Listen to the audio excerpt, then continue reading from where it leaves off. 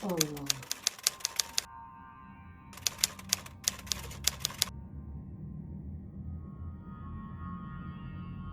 Assalamualaikum warahmatullahi wabarakatuh. Assalamualaikum warahmatullahi. Mang Sukir. A'udzu billahi minasyaitonir rajim. Bismillahirrahmanirrahim. Assalamualaikum warahmatullahi wabarakatuh. Kembali lagi bersama Mang Sukir. Untuk cerita kali ini, Mang Sukir masih melanjutkan cerita yang sebelumnya yang berjudul Gadis di Kaki Merapi. Cerita ini ditulis oleh A.R. Rizal. Bagi teman-teman yang ingin membacanya secara langsung, bisa langsung kunjungi link yang saya sudah siapkan ada di deskripsi. Sebelum Mang Sukir lanjut, bagi teman-teman yang belum subscribe channel ini, Mang Sukir minta dukungannya dengan subscribe channel ini dan nyalakan notifikasinya, tentunya agar teman-teman tidak ketinggalan cerita-cerita dari Mang Sukir. Dan tak usah berlama-lama, langsung saja kita ke ceritanya. Selamat mendengarkan. Halimah, Halimah. Suara memanggil di pekarangan belakang. Lenting sedang berada di sumur. Gadis itu meninggalkan pekerjaannya menimba air untuk mencari tahu siapa yang datang. Di jenjang belakang, tampak seorang perempuan tua menjinjing rantang. Usia perempuan itu tidak lebih tua dari Halimah. Bahkan, sepintas keduanya mirip. Ibu cari siapa? Lenting memberanikan diri menyapa perempuan itu. Dia tak langsung menjawab tanya. Ia diam sesaat. Perempuan itu tak sengaja terpana melihat Lenting. Oh, kamu cucunya yang datang dari rantau itu. Mana nenekmu? Perempuan itu malah balik bertanya. Lenting menunjuk ke sebuah bangunan kecil dekat sumur. Di bangunan seperti pondok itu, Halimah sedang memasak. Ibu kerabatnya. Lenting langsung menebak. Gadis itu takkan salah dengan tebakannya. Aku adik kandungnya. Kamu juga harus memanggilku nenek. Nenek kecil. Perempuan tua memperkenalkan diri.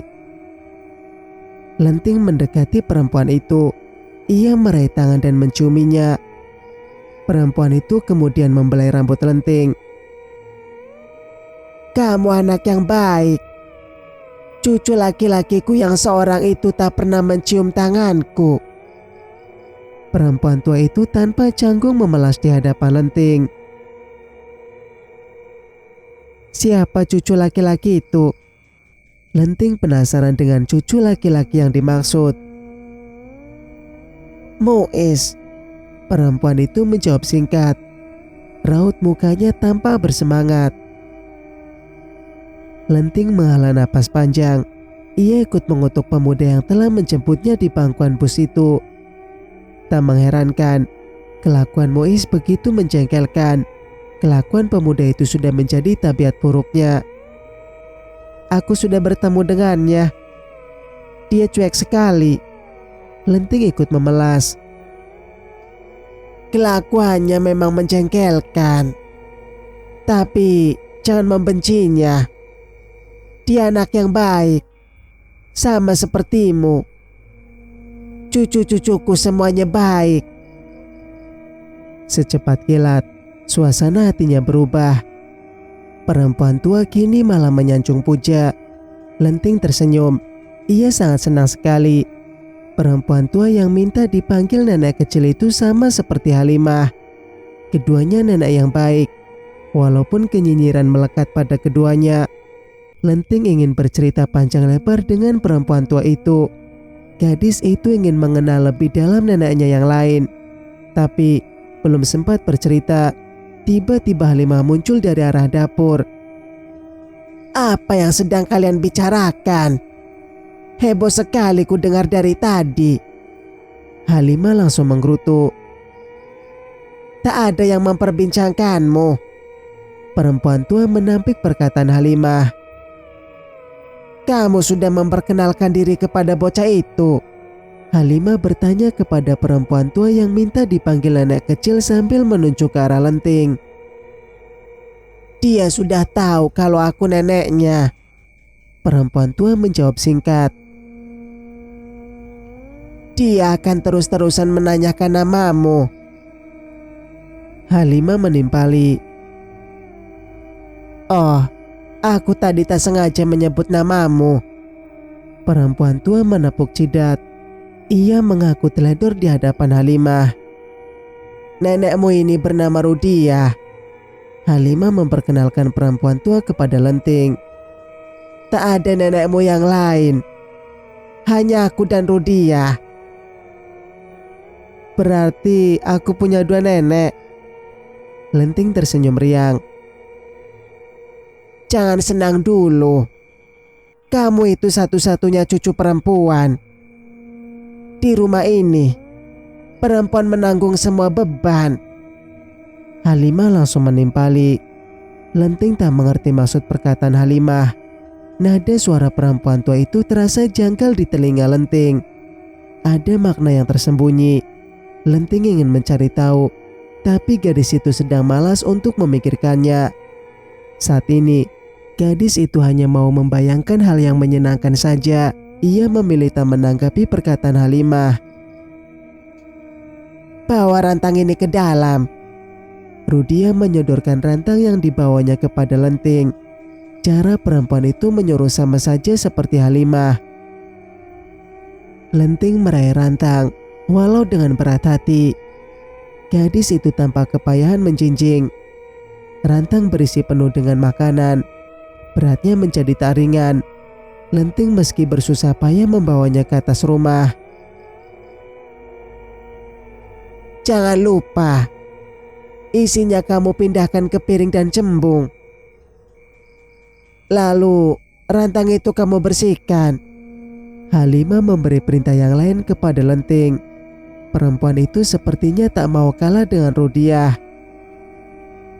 "Baik," Lenting menyaut singkat. Walaupun berat mengerjakannya, tapi gadis itu mencoba untuk tidak mengeluh. Setidaknya tidak menampakkan raut muka yang kusut di hadapan Halimah dan Rudiah. Sedikit demi sedikit, Lenting mencoba memahami kehidupan barunya. Ia mulai mengerti, tak mudah menjadi perempuan di kampung halaman ayahnya. Tak mudah pula berhadapan dengan perempuan-perempuannya.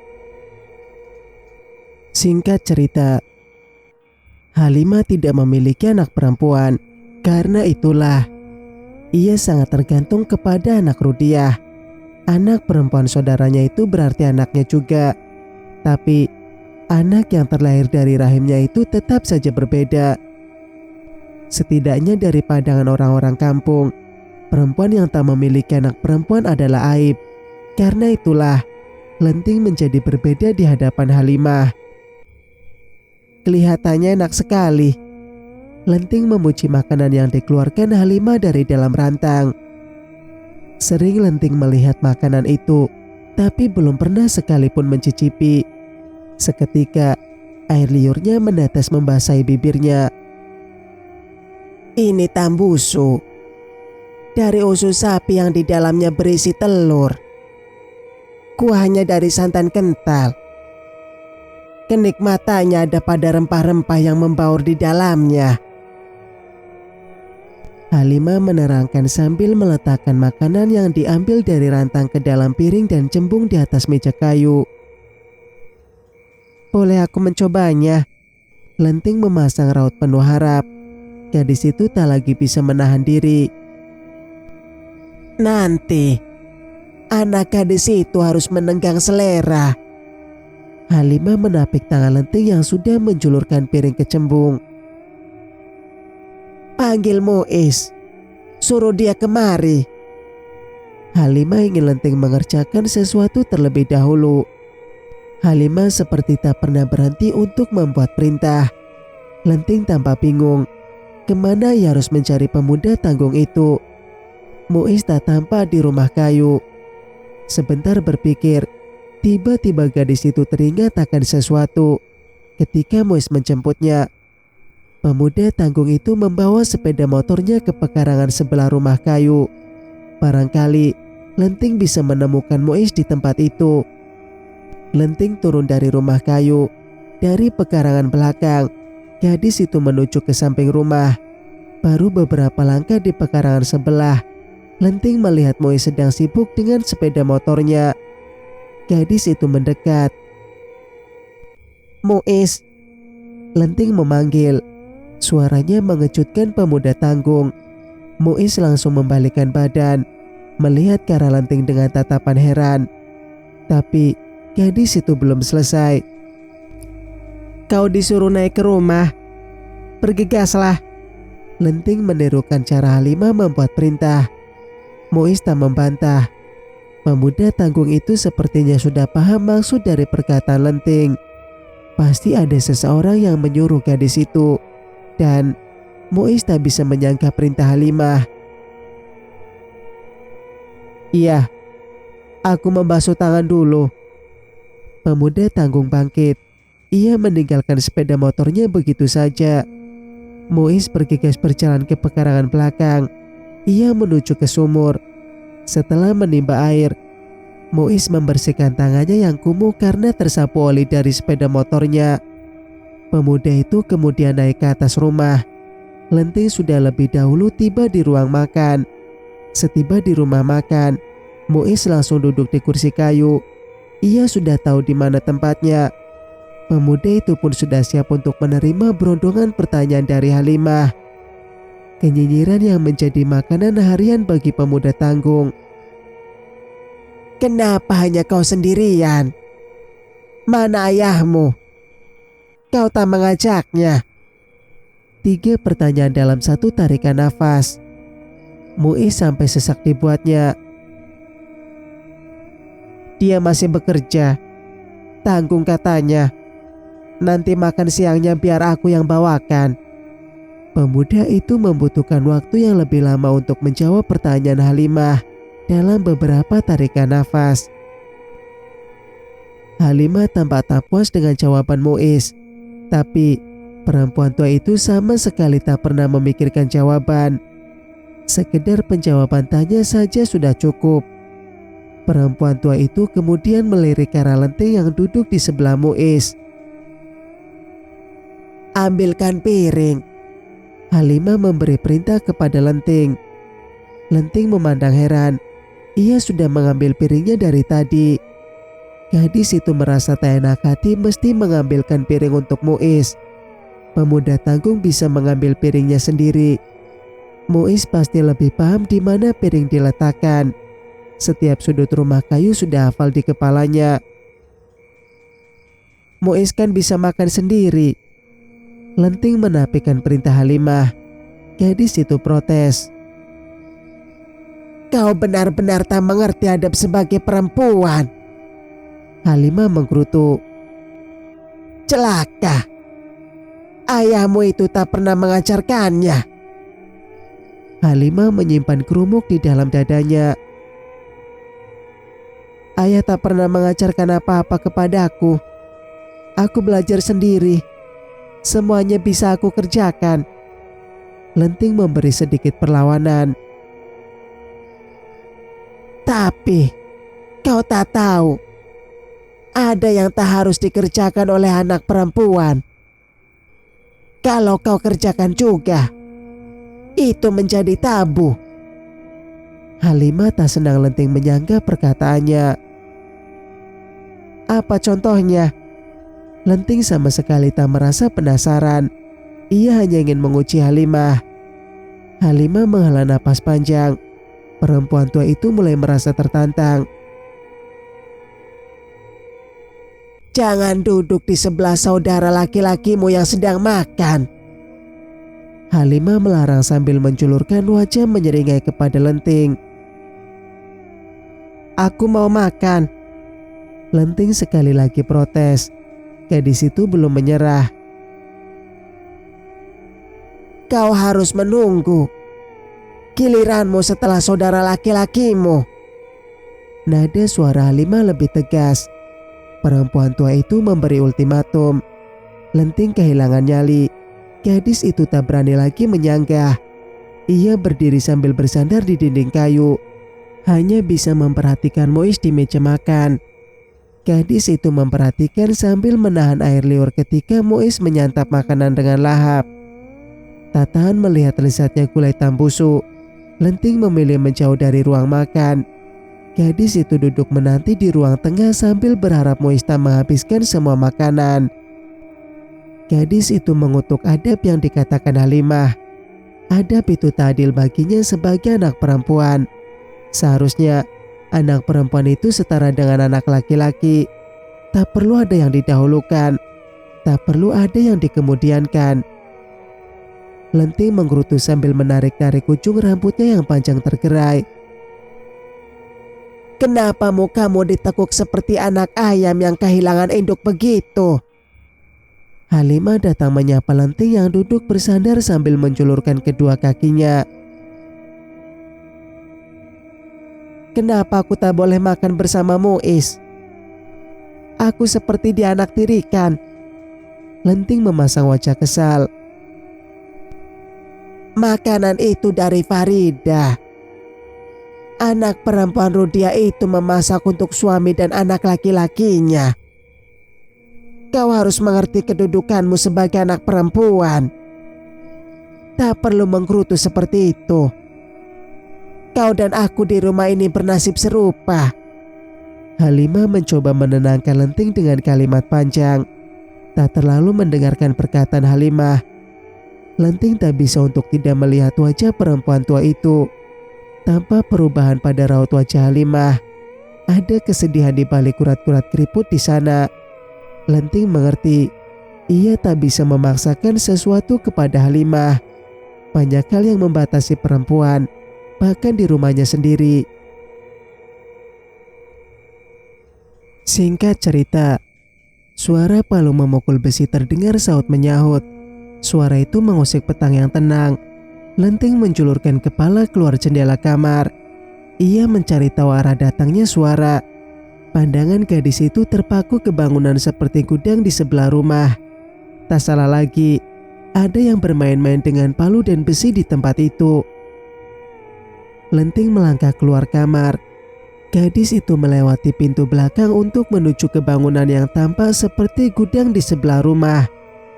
Suara dentingan logam saut menyaut berasal dari bangunan itu. Lenting begitu penasaran dibuatnya.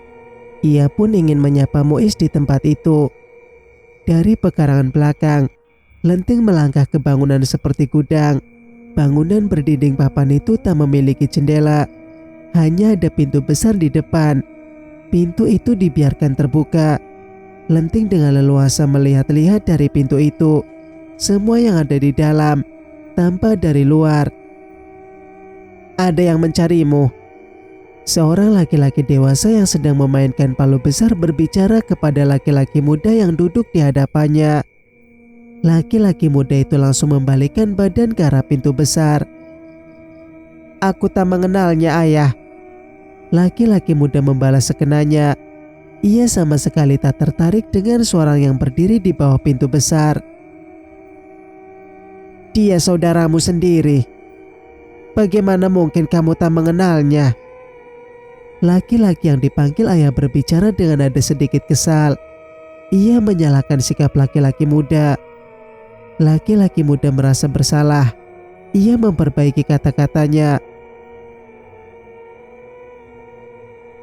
Maksudku, aku hanya tahu namanya saja. Tapi tetap saja ia membela diri. Kamu harus mengenalnya dengan baik. Sebagai anak laki-laki, kamu yang akan menjaga saudara perempuanmu. Anak laki-laki itu adalah paga bagi saudara perempuannya. Laki-laki yang sedang memainkan palu besar menyampaikan nasihat. Laki-laki muda mengangguk. Ia menuruti kata laki-laki yang sedang memainkan palu besar. Lenting, kemarilah. Ayah memanggilmu. Laki-laki muda berteriak ke arah sosok yang ada di bawah pintu besar. Lenting tahu persis laki-laki muda yang memanggilnya itu Muiz. Ia tak perlu merasa canggung untuk masuk ke dalam bangunan yang seperti gudang itu. Ketika langkahnya mendekat ke Muiz, Lenting langsung mengarahkan pandangan ke laki-laki yang sedang memainkan palu besar. Lenting hendak menyalami dan mencium tangan laki-laki itu. Laki-laki dengan palu besar menarik tangannya. "Tanganku ini kotor. Nanti wajahmu itu dipenuhi arang." Laki-laki dengan palu besar mencegah Lenting untuk mencium tangannya. Lenting merasa malu. Ia terlalu bersemangat mencium tangan kepada orang yang lebih tua. Kesantunan itu sudah menjadi kebiasaan bagi anak-anak di Jawa. Tapi Lenting lupa, saat ini ia berada di tempat yang berbeda. Tempat dengan budaya, tradisi, dan kebiasaan yang berbeda pula. "Bapak sedang mengerjakan apa?" Dari tadi, Lenting tertarik dengan palu besar yang dipegang laki-laki yang dipanggil ayah oleh Muiz. "Namaku Munir. Panggil aku Pak Mun. Kamu tahu, di tangan kiriku ini adalah parang. Tak mungkin aku kusir bendikan." Laki-laki dengan palu besar berkelakar kepada Lenting. "Di sini, kita juga membuat tapak kuda." Muiz menyela. Ia berbicara sambil mengayuh pedal dari bekas sepeda yang berada di sebelahnya. Pedal itu untuk mengalirkan angin demi menghidupkan api di tungku pembakaran. Logam paling kuat pun akan meleleh di tungku pembakaran itu. "Apa yang kamu lakukan di sana?" Lenting penasaran dengan apa yang sedang dikerjakan Muiz. Ia baru pertama kali melihat pekerjaan semacam itu. "Aku sedang memompa angin agar api selalu menyala di atas bara." Muiz menunjuk tungku yang berada di hadapannya. Tungku itu dipenuhi serpihan batu bara. Warna hitamnya sudah berubah menjadi merah menyala. Api dari batu bara membakar besi yang akan diolah menjadi bermacam perkakas. Munir bekerja sebagai pandai besi. Muiz membantu ayahnya itu di bangunan seperti gudang di sebelah rumah. Bangunan itu menjadi semacam bengkel. Di sana, Munir membuat bermacam-macam perkakas dari logam. Ada parang, pisau, sabit, pacul, dan lainnya. Kadang-kadang kusir bendi datang meminta dibuatkan tapak atau sepatu untuk kudanya. Munir juga pandai membuat bermacam perkakas dari perak, perunggu, hingga tembaga. Kampung di kaki gunung itu memang dikenal sebagai kampung pengrajin logam. Laki-laki di sana rata-rata menjadi pandai besi. Muiz mendapat bagian sebagai pemompa angin untuk menyalakan tungku pembakaran. Pemompa angin dibuat dari alat yang sederhana. Ada kipas yang mengarah angin ke tungku melalui sebuah pipa besi. Kipas itu digerakkan oleh rantai panjang terbuat dari potongan ban bekas yang terhubung dengan alat pemutar yang terbuat dari velg bekas sepeda. Muiz bekerja mengayuh pedal untuk memutar velg hingga menggerakkan kipas. Pekerjaan yang sederhana, tapi benar-benar menguras tenaga. "Boleh aku memutar benda itu?" Lenting tertarik mencoba apa yang dikerjakan Muiz. Muiz bangkit. Ia memberikan tempat kepada Lenting untuk menggantikannya di bangku kecil. "Ini berat loh."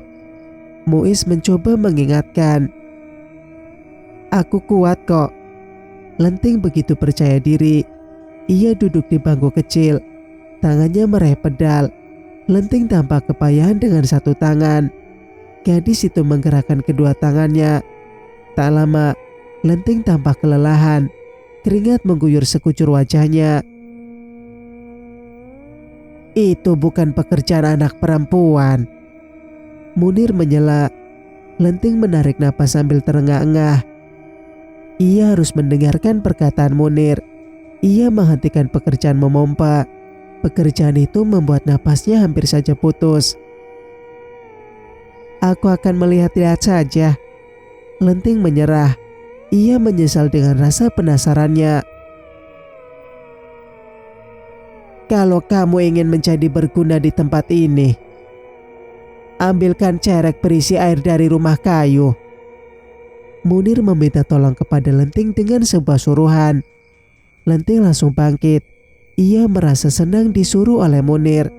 Lenting tak berniat lagi untuk mencoba pekerjaan anak laki-laki. Seharusnya ia mengerjakan pekerjaan anak perempuan saja. Setiap orang tak bisa lari dari kodratnya.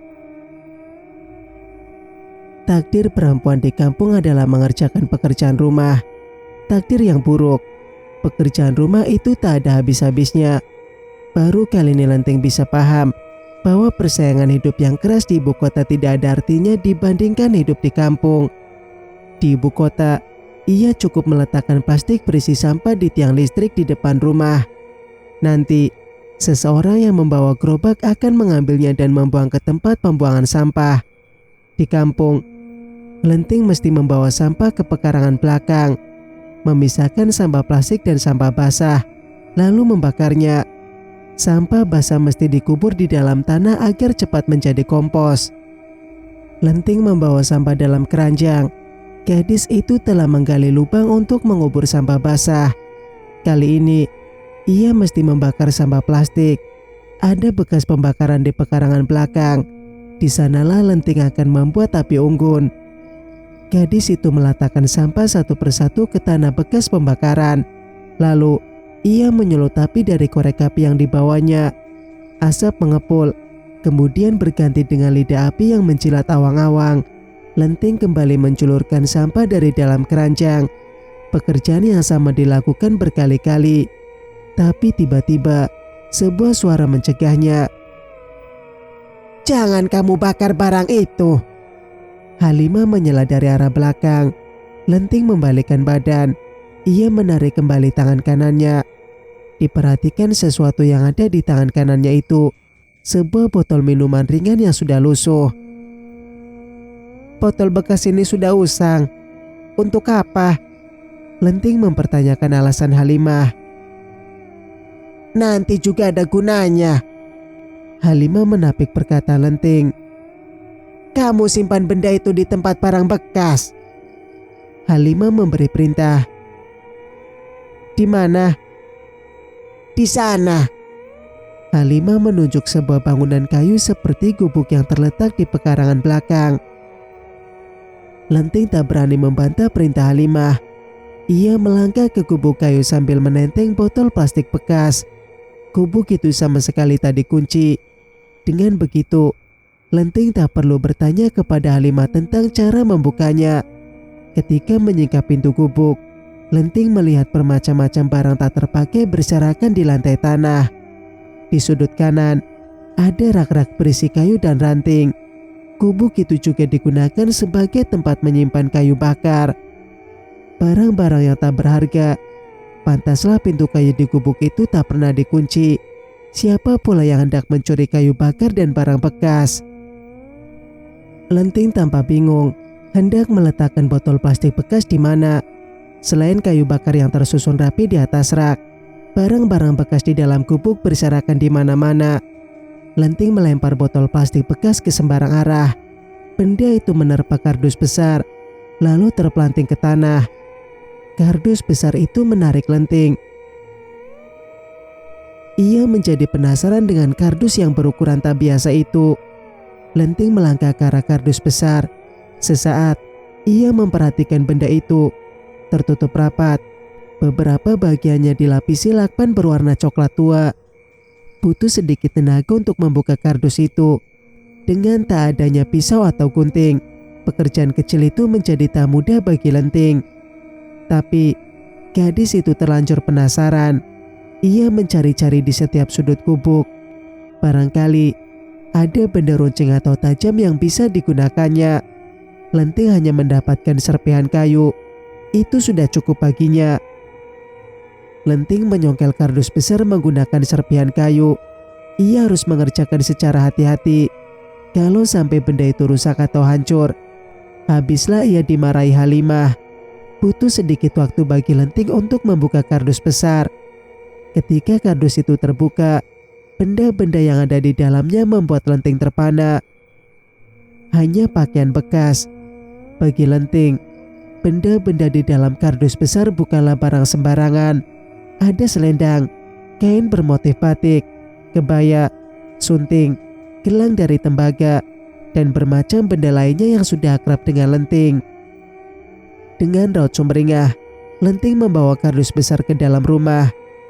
Ia hendak memperlihatkan barang-barang yang ada di dalam kardus itu kepada Halimah. "Lihatlah, aku mendapatkan harta karun di pondok belakang rumah." Lenting menunjukkan kardus bekas yang sudah terbuka kepada Halimah. Halimah tersenyum masam. "Itu barang-barang bekas ibumu.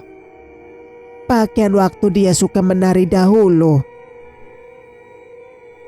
"Boleh aku memilikinya?" Lenting menatap penuh harap. "Kalau itu punya ibumu, berarti punyamu juga." Halimah mengabulkan keinginan Lenting. "Terima kasih." Lenting sangat senang sekali. Ia langsung menghambur ke dalam kamarnya. Tingkahnya seperti anak kecil yang baru saja mendapatkan mainan kesayangan. "Hei, untuk apa barang-barang di dalam kardus itu olehmu? Kamu takkan bisa memakainya. Janggal dilihat orang-orang nanti." Halimah tiba-tiba berubah pikiran. "Aku hanya memakainya di rumah saja. Aku suka menari. Aku akan berlatih dengan barang-barang ini." Lenting menapikan rasa janggal di hati Halimah. Tentu saja, Lenting sama sekali tak berniat untuk membuat malu neneknya itu. Halimah mengelus dada. "Kamu benar-benar seperti ibumu." Perempuan tua itu memelas pasrah. Lenting tak terlalu menghiraukan keluhan Halimah. Rasa itu akan hilang dengan sendirinya. Gadis itu memilih bergegas masuk ke dalam kamar. Pintu kamar dirapatkan. Lenting tak ingin Halimah melihatnya memakai pakaian bekas ibunya. Ia akan kucing-kucingan dengan neneknya itu. Gadis itu bersemangat. Lenting mengangkat kardus besar. Semua isi kardus itu ditumpahkan ke atas pembaringan. Lenting memperhatikan dengan wajah sumringah barang-barang yang berserakan di atas kasur. Dengan telaten, ia memilih dan mencoba memakai setiap barang. Lenting memakai kebaya berwarna hijau tua. Pakaian itu pas di tubuhnya. Kebaya hijau dipadukan kain bermotif batik yang melilit sempurna di pinggangnya. Lenting mengenakan sunting di atas kerudung putih yang dipakainya. Gadis itu kemudian melangkah ke arah cermin besar yang ada di lemari pakaian. Lenting memandang dirinya di dalam cermin. Ia kemudian membuat gerakan tangan, gerakan kepala, meliuk-liukan tubuh, menghentakkan kaki, seperti gerakan penari. "Kamu membuatku terkejut saja." Tiba-tiba, Halimah muncul dari balik pintu. Lenting tergagap. Ia tertangkap basah. Tapi Lenting mencoba mengalihkan perhatian Halimah. "Aku sudah tampak seperti penari ya?" Lenting membalikkan tubuh dan menunjukkan pakaian yang dikenakannya kepada Halimah. Halimah mengangguk. "Cantik sekali. Persis seperti ibumu." Halimah memuji sambil tersenyum. Tapi sebentar kemudian raut wajahnya langsung berubah muram. "Jangan sampai orang-orang melihatmu berpakaian seperti itu." Perempuan tua itu kembali mengingatkan Lenting. Lenting memasang raut menggerutu. Sepertinya Halimah tak suka kalau dirinya menjadi penari. Lenting ingin menyangka perkataan perempuan tua itu. Ia hendak mengatakan kepada neneknya itu bahwa betapa dirinya ingin menjadi penari. Tapi Lenting tak berani bicara kepada Halimah. Gadis itu hanya terdiam sambil menatap dirinya yang murung di dalam cermin. Cermin itu tiba-tiba menjadi buram. Bersambung, nantikan kelanjutan ceritanya di video berikutnya. Mang Sukir pamit. Wassalamualaikum warahmatullahi wabarakatuh.